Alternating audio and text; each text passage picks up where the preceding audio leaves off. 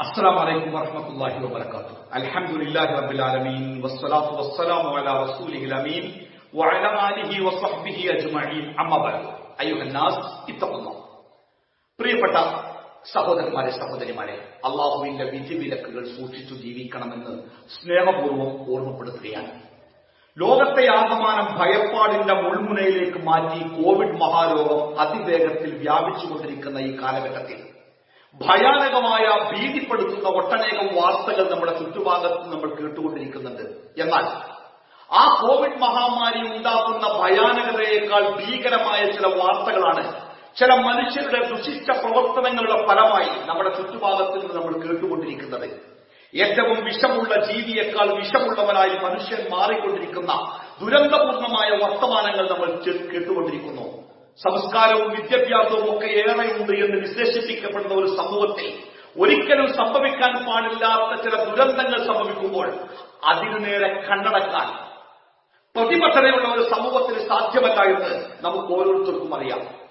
ലോകത്ത് മനുഷ്യന്റെ ജീവിതം സമാധാനപൂർണമായിരിക്കുവാൻ വേണ്ടി മനുഷ്യന്റെ സൃഷ്ടാവ് നിശ്ചയിച്ച അതിപ്രധാനമായ ഒരു കർമ്മമാണ് ജീവിതത്തിൽ പുരുഷന് ഒരു സ്ത്രീയെ ഇണയായി നിശ്ചയിക്കുകയും അതിലൂടെ ഒരു കുടുംബ സംവിധാനം ഉണ്ടാവുകയും ആ കുടുംബം ഒരു സമൂഹത്തിന് തുടക്കമാവുകയും ആ സമൂഹത്തിലെ മനുഷ്യൻ സമാധാനത്തോടുകൂടി ജീവിക്കുകയും ചെയ്യുക എന്നത്. അഥവാ ഒരു മനുഷ്യന്റെ ഈ ഭൂമിയിലെ സമാധാനത്തിന്റെ ഏറ്റവും പ്രധാനപ്പെട്ട കേന്ദ്രമാണ് അവന്റെ ഇണ ഉൾക്കൊള്ളുന്ന അവന്റെ കുടുംബം. ആ കുടുംബത്തിൽ നിന്ന് സമാധാനം കിട്ടാതെ വരുമ്പോൾ മനുഷ്യൻ പല വഴിക്കും അവന്റെ ജീവിത സഞ്ചാരം അത് പല വഴിയിലൂടെ പോകും. മദ്യത്തിന്റെയും മയക്കുമരുന്നിന്റെയും പിന്നാലെ പോകുന്നവരും അധാർമികമായ പ്രവർത്തനങ്ങളുടെ പിന്നാലെ പോകുന്നവരും ക്രിമിനൽ പശ്ചാത്തലമുള്ളവരായി മാറുന്നവരും ഒക്കെ അസമാധാനമുള്ള കുടുംബത്തിന്റെ വാക്താക്കളാണ് എന്ന് നമുക്കെല്ലാവർക്കും അറിയാം. മനുഷ്യന്റെ ജീവിതം സമാധാനത്തിന്റെ തുരുത്താകുന്നതിന് വേണ്ടി പടച്ച തമ്പുരാൻ നിശ്ചയിച്ച ഒരു സംവിധാനം എങ്ങനെയാണ് അസമാധാനത്തിന്റെ നെരിപ്പോടായി മാറിയത്? സമാധാനം ലഭിക്കുവാൻ വേണ്ടി വിവാഹം കഴിക്കുന്ന ആളുകൾ അത്രയും എങ്ങനെയാണ് അസമാധാനത്തിന്റെ മേഖലയിലേക്ക് അവരുടെ ജീവിതം വലിച്ചെറിയപ്പെടുന്നത്? വളരെ ഗൗരവത്തോടുകൂടി നമ്മൾ ചിന്തിക്കേണ്ട ഒരു വിഷയമാകുന്നു ഇത്.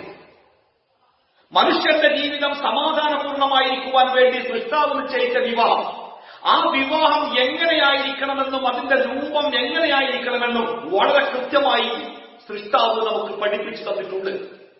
ആ നിയമങ്ങൾ പാലിച്ചുകൊണ്ട് ഒരു മനുഷ്യൻ വിവാഹം നടത്തുകയും ആ വിവാഹത്തിന് ശേഷമുള്ള കുടുംബജീവിതത്തിലേക്ക് പ്രവേശിക്കുകയും ചെയ്യുമ്പോൾ അവന്റെ ജീവിതം സമാധാനത്തിന്റെ വളരെ മനോഹരമായ ഒരു മേഖലയിലേക്ക് മാറ്റപ്പെടും.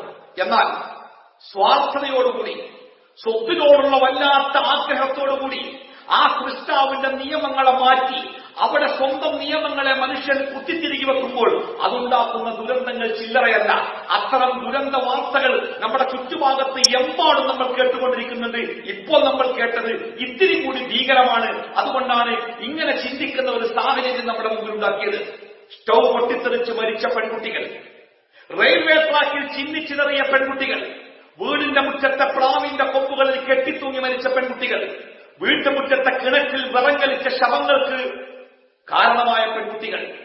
എന്തായിരുന്നു ഈ ദുരന്തങ്ങൾക്ക് കാരണമെന്ന് ചോദിക്കുമ്പോഴൊക്കെ പലപ്പോഴും ലഭിക്കുന്ന ഒരു മറുപടി സ്ത്രീധന സമ്പ്രദായവും അതുമായി ബന്ധപ്പെട്ട ചില പ്രവർത്തനങ്ങളുമാണ് എന്നുള്ളതാണ്. സ്ത്രീധനത്തിന്റെ പേരിൽ ഈ ലോകത്ത് ജീവിതം നശിപ്പിക്കപ്പെട്ട പെൺകുട്ടികളുടെ എണ്ണം ചില്ലറയല്ല. പലപ്പോഴും പത്രങ്ങൾക്ക് പോലും അത് വാർത്തകളല്ലാതായി മാറിയിട്ടുണ്ട്. ഇവിടെ സൃഷ്ടാവ് നിശ്ചയിച്ച അതിപ്രധാനമായ ഒരു നിയമമുണ്ട്. ഒരാണിന്റെ ജീവിതത്തിലേക്ക് ഒരു പെൺകുട്ടി അവന്റെ ജീവിത പങ്കാളിയായി കടന്നു വരുമ്പോൾ ആ പെൺകുട്ടിക്ക് ആവശ്യമായ സംരക്ഷണവും ആ പെൺകുട്ടിക്ക് ആവശ്യമായ ഉപജീവനവും പുരുഷന്റെ ബാധ്യതയായിട്ടാണ് മതം നിശ്ചയിച്ചത്. അതിനുവേണ്ടിയുള്ള കരുത്തും അതിനുവേണ്ടിയുള്ള ശേഷിയും അതിനുവേണ്ടിയുള്ള രൂപത്തോടും കൂടിയാണ് പുരുഷനെ അല്ലാഹു ഈ ലോകത്ത് സൃഷ്ടിച്ചത്. വിശുദ്ധ ഖുർആൻ ആ കാര്യം വ്യക്തമായി പറഞ്ഞിട്ടുണ്ട്. ഒരു പെണ്ണിന് ആവശ്യമായ ഉപജീവനം കൊടുക്കുക എന്നുള്ളതും അവൾക്ക് ആവശ്യമായ സംരക്ഷണം കൊടുക്കുക എന്നുള്ളതും പുരുഷന്റെ ഉത്തരവാദിത്തമാണ് എന്ന് വളരെ കൃത്യമായി പഠിപ്പിച്ചിട്ടുണ്ട്. എന്നാൽ പൈശാചികമായ ചില പ്രേരണകളാൽ പുരുഷനും തന്റെ കുടുംബത്തിനും ജീവിക്കാൻ ആവശ്യമായ സ്വത്ത് പോലും ഈ പാവപ്പെട്ട പെണ്ണിന്റെ കുടുംബത്തിൽ നിന്ന് അവരുടെ മാതാപിതാക്കളിൽ നിന്ന് ഈടാക്കിയെടുക്കണമെന്ന പൈശാചികമായ ഒരു സമ്പ്രദായം ലോകത്ത് നിലവിലുണ്ടായി. നമ്മുടെ ഭാഷയിൽ നമ്മളതിനെ സ്ത്രീധനം എന്നാണ് വിളിക്കുന്നത്. ഇസ്ലാമിന്റെ നിയമപ്രകാരം ഒരു പുരുഷൻ ഒരു സ്ത്രീയെ കല്യാണം കഴിക്കുമ്പോൾ അവൾക്ക് മഹർ കൊടുത്തിട്ടാണ് അവളെ കല്യാണം കഴിക്കേണ്ടത്. മഹർ എന്നാൽ ആ സ്ത്രീ തന്നെ ആ പുരുഷൻ വിവാഹം കഴിക്കണമെങ്കിൽ അതിന് പകരമായി അവൾ എന്താണോ ആവശ്യപ്പെടുന്നത് അത് അവൾക്ക് കൊടുത്തിട്ട് വേണം ഒരു പുരുഷൻ ഒരു സ്ത്രീയെ വിവാഹം കഴിക്കാൻ. അഥവാ ഇസ്ലാമിക വിവാഹ നിയമപ്രകാരം പുരുഷൻ സ്ത്രീക്ക് മഹർ കൊടുത്ത് അവളെ കല്യാണം കഴിക്കണം. എന്നാൽ പൈശാചികമായ സമ്പ്രദായങ്ങൾ, പൈശാചികമായ നിയമങ്ങൾ, അള്ളാഹുവിന്റെ നിയമങ്ങൾക്ക് മേൽ മനുഷ്യൻ അടിച്ചേൽപ്പിച്ചപ്പോൾ അവിടെ അട്ടിമറിയുണ്ടായി. ഒരു പുരുഷൻ ഒരു സ്ത്രീയെ വിവാഹം കഴിക്കണമെങ്കിൽ സ്ത്രീ പുരുഷന് സ്വത്ത് കൊടുക്കണം. അത് പണമായിട്ടോ സ്വർണമായിട്ടോ അറയായിട്ടോ വിസയായിട്ടോ ജോലിയായിട്ടോ ഏതെങ്കിലും ഒരു രൂപത്തിൽ പെണ്ണിന്റെ പിതാവിൽ നിന്ന് ആ പണം ഈടാക്കുക. നമ്മുടെ നാട്ടിലൊക്കെ ചില കഥകളിലൊക്കെ നമ്മൾ വായിച്ചിട്ടുണ്ട്. ചില കുട്ടികളെയൊക്കെ തട്ടിക്കൊണ്ടുപോയിട്ട് കൊള്ളക്കാര് അവരുടെ മാതാപിതാക്കളെ വിളിച്ചിട്ട് പറയും, ഇത്ര രൂപ തന്നില്ലെങ്കിൽ നിങ്ങളുടെ മകനെ കൊന്നുകളയും.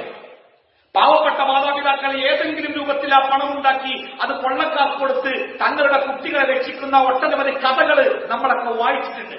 അതിനേക്കാൾ ഭീകരമായ ഒരു കൊള്ള ചില ആളുകൾ പെൺകുട്ടികളുടെ മാതാപിതാക്കളെ ഭയപ്പെടുത്തുന്നു. ഇത്ര പണം കൊടുത്തില്ലെങ്കിൽ, ഇത്ര പണം ഉണ്ടാക്കിയില്ലെങ്കിൽ നിങ്ങളുടെ മകൾ വയസ്സായി മൂത്തു നനച്ച് വീട്ടിൽ തന്നെ ഇരിക്കും. പാവം മാതാപിതാക്കൾ തങ്ങളുടെ വീട്ടിൽ പിറന്ന പെൺമക്കൾ അവർക്കൊരു ഭാരമായി തീരുകയും ആ പെൺമക്കളെ രൂക്ഷമായി നോക്കുകയും നിങ്ങൾ എന്തിന് ഞങ്ങളുടെ വീട്ടിൽ പിറന്നു എന്ന് ഒരു വേള ആ പെൺകുട്ടികളോട് ചോദിക്കുന്ന ദുരന്തപൂർണമായ അവസ്ഥകൾ നമ്മുടെ നാട്ടിൽ ഉണ്ടാവാറുണ്ട്. പെൺകുട്ടികൾ തന്നെ സ്വയം ചോദിക്കുന്ന അവസ്ഥ, ഞാൻ എന്തിന് ജനിച്ചു, എന്റെ മാതാപിതാക്കൾക്കും സമൂഹത്തിനും ഭാരമായി ഞാൻ എന്തിന് ജനിച്ചു എന്ന് പെൺമക്കൾ പരസ്പരം ചോദിക്കുന്ന അവസ്ഥ ഇസ്ലാം പഠിപ്പിച്ചത്, പ്രവാചകൻ സല്ലല്ലാഹു അലൈഹി വസല്ലം പഠിപ്പിച്ചത്, ഒരു മനുഷ്യന്റെ ജീവിതത്തിൽ ഒരു പെൺകുട്ടിയെ കിട്ടുക എന്നത് അവന്റെ ജീവിതത്തിന്റെ ഭാഗ്യമായിട്ടാണ്. പക്ഷേ എവിടെയാണ് പെൺകുട്ടി അവന്റെ ജീവിതത്തിന്റെ ഭാരമായി മാറിയത്? അത് സ്ത്രീധന സമ്പ്രദായത്തിന്റെ മുമ്പിലാണ്. ഒരു പുരുഷന്റെ ജീവിതത്തിലേക്ക് കടന്നു വന്ന് അവന്റെ ജീവിതത്തിന്റെ സഹയാത്രികയായി, അവന്റെ കിടപ്പറയിലെ പങ്കാളിയായി, അവന്റെ കുട്ടികളുടെ ഉമ്മയായി, അവന്റെ മാതാപിതാക്കളുടെ പരിചാരികയായി, അവന്റെ വീടിന്റെ സ്വത്തിന്റെ കാവൽക്കാരിയായി വരേണ്ട ഒരു പെൺകുട്ടി, ആ പെൺകുട്ടി തന്റെ ജീവിതത്തിലേക്ക് കടന്നു വരുമ്പോൾ തനിക്കും തന്റെ കുടുംബത്തിനും ജീവിക്കാൻ ആവശ്യമായ തുക കൂടി അവളിൽ നിന്നും ഈടാക്കുന്ന വൃത്തികെട്ട ഒരു സംവിധാനം. ഈ സംവിധാനത്തിനെതിരെ ഏറ്റവും കൂടുതൽ ജാഗ്രത കാണിക്കേണ്ടത്, ഏറ്റവുമേറെ ബോധവൽക്കരിക്കപ്പെടേണ്ടത് പ്രിയപ്പെട്ട പെൺ സമൂഹമേ നിങ്ങളാണ്. നിങ്ങളുടെ വില മനസ്സിലാക്കിയെങ്കിൽ മാത്രമേ സ്ത്രീധന സമ്പ്രദായത്തിന് ഒരു പരിധി വരെയെങ്കിലും പ്രതിരോധിക്കാൻ നമുക്ക് ആവുകയുള്ളൂ. നമ്മുടെ നാട്ടിൽ നിയമങ്ങളുണ്ട്. സ്ത്രീധനം ചോദിക്കുന്നതും കൊടുക്കുന്നതും വാങ്ങുന്നതുമൊക്കെ നമ്മുടെ നാട്ടിൽ ജയിൽ ശിക്ഷയ്ക്ക് വരെ വിധേയമാകുന്ന നിയമങ്ങളുള്ള രാജ്യമാണ് നമ്മുടെ രാജ്യം. പക്ഷേ സകല നിയമങ്ങളെയും കാറ്റിൽ പറത്തിക്കൊണ്ട് സ്ത്രീധനത്തിന്റെ സംഖ്യ, സ്വർണത്തിന്റെ വലിപ്പം ഓരോ ദിവസവും ഉയർന്നുകൊണ്ടിരിക്കുന്നു. സ്ത്രീധനം കൊടുക്കുവാൻ ഗതിയില്ലാതെ മാന്യമായി ജീവിക്കുന്ന മനുഷ്യന്മാര് ആളുകൾക്ക് മുമ്പിൽ കൈനീട്ടുന്ന യാചകരായി മാറുന്ന പള്ളികൾക്കും ദേവാലയങ്ങൾക്കും ബസ് സ്റ്റാൻഡുകൾക്കും മുന്നിൽ മുണ്ടുകൾ വിരിച്ചിട്ട് അതിന്റെ മുമ്പിൽ കണ്ണുനീരോടുകൂടി ഇരുന്ന് എന്റെ മകളെ കെട്ടിക്കുവാൻ സഹായിക്കണമെന്ന് ധൈര്യതയോടുകൂടി നമ്മുടെ മുമ്പിൽ കൈനീട്ടി യാചിക്കുന്ന ഒട്ടനേകം ആളുകളെ നമുക്ക് നമ്മുടെ ചുറ്റുഭാഗത്ത് കാണാൻ പറ്റും. പ്രിയപ്പെട്ടവരെ, ആരാണ് ഒരു പെണ്ണ്?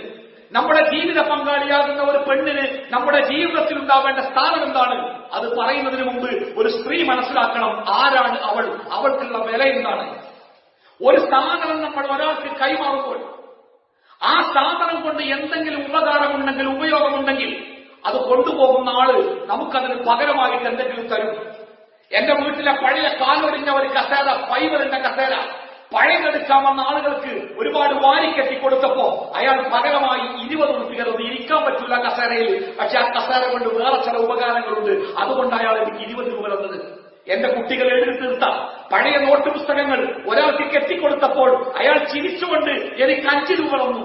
ആ നോട്ട് പുസ്തകം കൊണ്ട് അയാൾക്ക് എന്തെങ്കിലും ഉപകാരം കിട്ടിയേക്കാം. അതെ, ഉപകാരമുള്ള ഒരു വസ്തു ഒരാൾക്ക് കൈമാറുമ്പോൾ അതിന് പകരം ഇങ്ങോട്ട് അയാൾ എന്തെങ്കിലും തരും. അത് ലോകത്തിന്റെ നീതിയാണ്.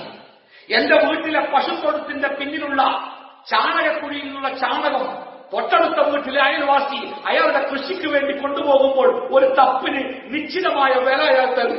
ആ ചാണകം അയാളുടെ കൃഷിയിടത്തിന് വളമാണ് എന്നുള്ളത് കൊണ്ടാണത്. എന്നാൽ എന്റെ വീട്ടിലെ കക്കൂസിന്റെ ടാങ്ക് നിറഞ്ഞാൽ അത് കോരിക്കൊണ്ടുപോകുന്നവൻ എനിക്കൊന്നും തരികയില്ല എന്ന് മാത്രമല്ല, ഞാൻ അയാൾക്ക് അങ്ങോട്ട് വലിയൊരു സംഖ്യ കൊടുക്കണം. കാരണം അത് വേസ്റ്റാണ്, എന്റെ വീട്ടിൽ നിന്നും ഒഴിവാക്കപ്പെടേണ്ടതാണ്. അത് ഒഴിവാക്കുവാൻ വേണ്ടിയാണ് ഞാൻ അയാൾക്ക് പണം കൊടുത്തത് എന്നർത്ഥം. പ്രിയപ്പെട്ടവരെ, 2-3 വർഷം ഒരു പശുക്കുട്ടിയെ, കാളക്കുട്ടിയെ വാങ്ങി നമ്മുടെ വീട്ടിൽ വളർത്തി, അതിന് പുല്ലും വെള്ളവും കൊടുത്ത് വളർത്തി 2 കൊല്ലം കഴിഞ്ഞ് വിൽക്കുമ്പോൾ നിങ്ങൾക്ക് എത്ര ലാഭമുണ്ട്? പക്ഷേ 10-18 കൊല്ലം കണ്ണിലെണ്ണ ഒഴിച്ച് നമ്മുടെ ഒരു മകളെ വളർത്തിയിട്ട് ആ മകളെ മറ്റൊരുത്തന്റെ ജീവിതത്തിലേക്ക് പിടിച്ചു കൊടുക്കുമ്പോൾ അതിന്റെ കൂടെ അവളെ കൊണ്ടുപോകണമെങ്കിൽ ലക്ഷങ്ങൾ കൂടി നമ്മൾ അവർക്ക് കൊടുക്കേണ്ടി വരുമ്പോൾ നമ്മുടെ മക്കൾ എത്രമാത്രം വേസ്റ്റാണ് നമ്മുടെ ജീവിതത്തിൽ, അവരുടെ സ്ഥാനം എത്രമാത്രം മോശമാണ് നമ്മുടെ ജീവിതത്തിൽ. എന്റെ വീട്ടിൽ ശക്തമായ ദുർഗന്ധമുള്ള ഒരു സമയത്ത് ഞാൻ എന്റെ അയൽവാസിയായ ഒരു ചെറുപ്പക്കാരനെ വിളിച്ചിട്ട് വീടൊന്ന് തെരയിപ്പിച്ച്. ഒരു ചത്ത എലി 3 ദിവസം മുമ്പ് ചത്തത. അയാൾ ആ ചത്ത എലിയുടെ വാല് പിടിച്ച് പുറത്തേക്ക് മൂക്ക് പിടിച്ചു പോകുമ്പോ കൈ നീട്ടിയിട്ട് എന്നോട് പറഞ്ഞു 100 രൂപ തരി. ഞാൻ അയാൾക്ക് 100 രൂപ കൊടുത്തു. കാരണം എന്റെ വീട്ടിലെ വലിയ ഒരു വേസ്റ്റ്, ഒരു ദുർഗന്ധം ഒഴിവാവുകയാണ്. എന്റെ തറവാട്ടിലെ പശു ചത്തപ്പോ അതിനെ കൊണ്ടുപോയി കുഴിച്ചിടാൻ ഏൽപ്പിച്ച ചെറുപ്പക്കാർ എന്റെ മുമ്പിൽ വന്നിട്ട് പറഞ്ഞു, കുഴി കുത്താനൊക്കെ വലിയ സംഖ്യയായി, 2000 രൂപ വേണം. ഞാൻ അവർക്ക് 2000 കൊടുത്തു. കാരണം എന്റെ വീട്ടിലെ വലിയ ഒരു വേസ്റ്റ് അവർ ഒഴിവാക്കി തന്നിരിക്കുന്നു. ചത്ത എലിയെ കൊണ്ടുപോകാൻ 100 രൂപയാണ് എന്നോട് ചോദിച്ചത്. ചത്ത പശുവിനെ കൊണ്ടുപോകാൻ 2000 എന്നോട് ചോദിച്ചത്. പക്ഷെ എന്റെ മകളെ, എന്റെ പെങ്ങളെ കൊണ്ടുപോകാൻ വരുന്നവൻ എന്റെ വീട്ടുമുറ്റത്തിൽ നിന്ന് ചോദിക്കുന്നത് 5 ലക്ഷം, 10 ലക്ഷം. 10 ലക്ഷം തന്നാൽ നിങ്ങളുടെ മകളെ കൊണ്ടുപോകാം. അങ്ങനെ എന്റെ മകളെ കൊണ്ടുപോകാൻ 10 ലക്ഷം രൂപ അവർക്ക് കൊടുക്കാമെന്ന് ഞാൻ വാക്കു പറയുമ്പോൾ, പ്രിയപ്പെട്ടവരെ, നമ്മുടെ പെൺമക്കൾക്ക് നമ്മൾ നിശ്ചയിച്ച വില എന്താണ്? പ്രിയപ്പെട്ട സഹോദര, ആരാണ് നമുക്ക് നമ്മുടെ ഭാര്യ? എമ്പാടും സ്ത്രീധനം വാങ്ങി കല്യാണം കഴിച്ച ഒട്ടനേകം സഹോദരന്മാർ എന്റെ ഈ ശബ്ദം കേൾക്കുന്നുണ്ടാവാം. പ്രിയപ്പെട്ടവരെ, ആരാണ് നമുക്ക് നമ്മുടെ ഭാര്യ? എനിക്കൊരു അപകടം പറ്റി, എന്റെ 2 കൈയിലും പ്ലാസ്റ്റർ ഇട്ടു, അനക്കാൻ വയ്യ. ഞാനങ്ങനെ ഇരിക്കുകയാണ്. എന്നെ ബാത്റൂമിൽ കൊണ്ടുപോയി ഇരുത്തി. എന്റെ ആവശ്യങ്ങളൊക്കെ നിർവഹിച്ചു കഴിഞ്ഞു. ഇനി എന്നെ ഒന്ന് കഴുകി വൃത്തിയാക്കണം. ആരെങ്കിലും വന്ന് എന്നെ ഒന്ന് കഴുകി വൃത്തിയാക്കി തരുമെന്ന് ഞാൻ വിളിച്ചു പറഞ്ഞാൽ മടിയില്ലാതെ, മുഖം ചുളിക്കാതെ, മൂക്ക് പിടിക്കാതെ ആ ബാത്റൂമിൽ കയറി വന്ന് എന്നെ കഴുകി വൃത്തിയാക്കാൻ 2 ആളുകൾ മാത്രമേ ഈ ലോകത്തുള്ളൂ. ഒന്നെന്റെ ഉമ്മയാണ്, പ്രായമുള്ള ഉമ്മ. സാധിക്കുമെങ്കിൽ എന്റെ ഉമ്മ ആ ബാത്റൂമിൽ വന്ന് എന്നെ കഴുകി വൃത്തിയാക്കും. രണ്ടാമത് വരാനുള്ളത് എന്റെ ഭാര്യയാണ്. ഞാൻ മഹർ കൊടുത്ത് കല്യാണം കഴിച്ച എന്റെ ഭാര്യ 10 മിനിറ്റ് വീട്ടിലെത്താൻ വൈകിയാൽ വഴിക്കണ്ണുമായി കാത്തിരിക്കുന്നവൾ, എന്റെ മുഖത്തൊരു സങ്കടം കണ്ടാൽ എന്നെക്കാളേറെ കണ്ണു നടക്കുന്നവൾ, എന്റെ വേദനകളിൽ എന്നെക്കാളേറെ കരഞ്ഞവൾ. പ്രിയപ്പെട്ടവരെ, ആ ജീവിത പങ്കാളിയെ, എന്റെ ജീവിതത്തെ സ്നേഹം കൊണ്ട് മൂടിയ ആ ജീവിത പങ്കാളിയെ പണവും പണ്ടവും വിസയും ജോലിയും മറയും നിബന്ധനകൾ വെച്ചാണ് നമ്മുടെ ജീവിതത്തിലേക്ക് നമ്മൾ കൂട്ടിക്കൊണ്ടുവന്നിട്ടുള്ളത് എങ്കിൽ എത്രമാത്രം വൃത്തികെട്ട ഒരു ഏർപ്പാടാണ് നമ്മൾ ചെയ്തത് എന്ന് ഇത്തിരിയെങ്കിലും മാനുഷിക മൂല്യങ്ങൾ മനസ്സിന്റെ ഉള്ളിൽ സൂക്ഷിക്കുന്നവരുണ്ടെങ്കിൽ അവർക്ക് കൃത്യമായി മനസ്സിലാക്കാൻ പറ്റും. അതുകൊണ്ട് പ്രിയപ്പെട്ടവരെ, ഇന്ന് സമൂഹത്തിൽ ആകമാനം ഗ്രസിച്ചിരിക്കുന്ന സ്ത്രീധനമെന്ന മഹാമാരിക്കെതിരെ അതിശക്തമായി പൊരുതേണ്ടതുണ്ട്. എന്റെ പ്രിയപ്പെട്ട പെൺമക്കളെ, സഹോദരിമാരെ, കല്യാണം കഴിക്കുവാൻ വേണ്ടി, നിങ്ങളെ കാണാൻ വേണ്ടി ചെറുപ്പക്കാര് നിങ്ങളുടെ വീട്ടിൽ വരുമ്പോൾ അവർക്ക് ചായയും വെള്ളവും ചിപ്സും കൊടുത്ത് അവർക്ക് മുമ്പിൽ മുഖം കുനിച്ച് നിൽക്കുന്നതിന് പകരം തന്റെ ഇടത്തോടുകൂടി ഒരു ചോദ്യം ചോദിക്കണം. നിങ്ങൾക്ക് വേണ്ടത് എന്തെയാണോ? സ്വർണമാണോ? സ്വർണമാണെങ്കിൽ തൊട്ടടുത്ത ജ്വല്ലറിന്റെ അഡ്രസ് കൊടുക്കുക, അവർ പോയി സ്വർണം വാങ്ങട്ടെ. ആ ജീവിതത്തിലേക്ക് നിങ്ങൾ പോകരുത്. പോയാൽ ഒരു കാലത്ത് നിങ്ങളും വിഷപ്പാമ്പിന്റെ കൊത്തേക്ക് മരിക്കപ്പെട്ടേക്കാം, അല്ലെങ്കിൽ സ്റ്റോവ് പൊട്ടിത്തെറിച്ച് കരിഞ്ഞു പോയേക്കാം, അല്ലെങ്കിൽ വെറും കളിച്ച മയ്യത്തുകളായി വീട്ടുമുറ്റത്തെ കിണറുകളിൽ പൊന്തിക്കിടന്നേക്കാം. അതുകൊണ്ട് പ്രതിഷേധിക്കേണ്ടതുണ്ട്, പ്രതികരിക്കേണ്ടതുണ്ട്. ഈ സാമൂഹ്യ ദുരാചാരത്തിനെതിരെ നമ്മൾ പടനയിക്കേണ്ടതുണ്ട്. ആണുങ്ങളെ ആണാവുക. ജീവിതത്തിലേക്ക് കൊണ്ടുവരുന്ന പെണ്ണിനെ ആണത്വത്തോടുകൂടി നോക്കാൻ എനിക്ക് സാധിക്കുമെന്ന് പ്രഖ്യാപിക്കുക. പണക്കൊതിയന്മാരായ ബന്ധുക്കളോട് പറയുക, എനിക്ക് വേണ്ടത് പണമല്ല, എന്നെ സ്നേഹിക്കുന്ന ജീവിത പങ്കാളിയാണ്. ഇത്തരം സാമൂഹ്യ ദുരാചാരത്തിനെതിരെ ഏറ്റവും ശക്തമായി പൊരുതിയ കേരള നേതൃത്വ മുജാഹിദീനും അതിന്റെ യുവജന പ്രസ്ഥാനങ്ങൾക്കും അവർ മനസ്സിലാക്കേണ്ടതുണ്ട്. പോരാട്ടം അവസാനിപ്പിക്കാനായിട്ടില്ല, ശക്തി കൂട്ടേണ്ടതുണ്ട്. ശക്തമായ പോരാട്ടത്തിന്റെ പാതയിലേക്ക് ഇറങ്ങുക. അല്ലാഹു അനുഗ്രഹിക്കട്ടെ. വസല്ലല്ലാഹു അലാ മുഹമ്മദിൻ വഅലാ ആലിഹി വസഹ്ബിഹി അജ്മഈൻ. അസ്സലാമു അലൈക്കും വറഹ്മത്തുള്ളാഹി വബറകാതുഹു.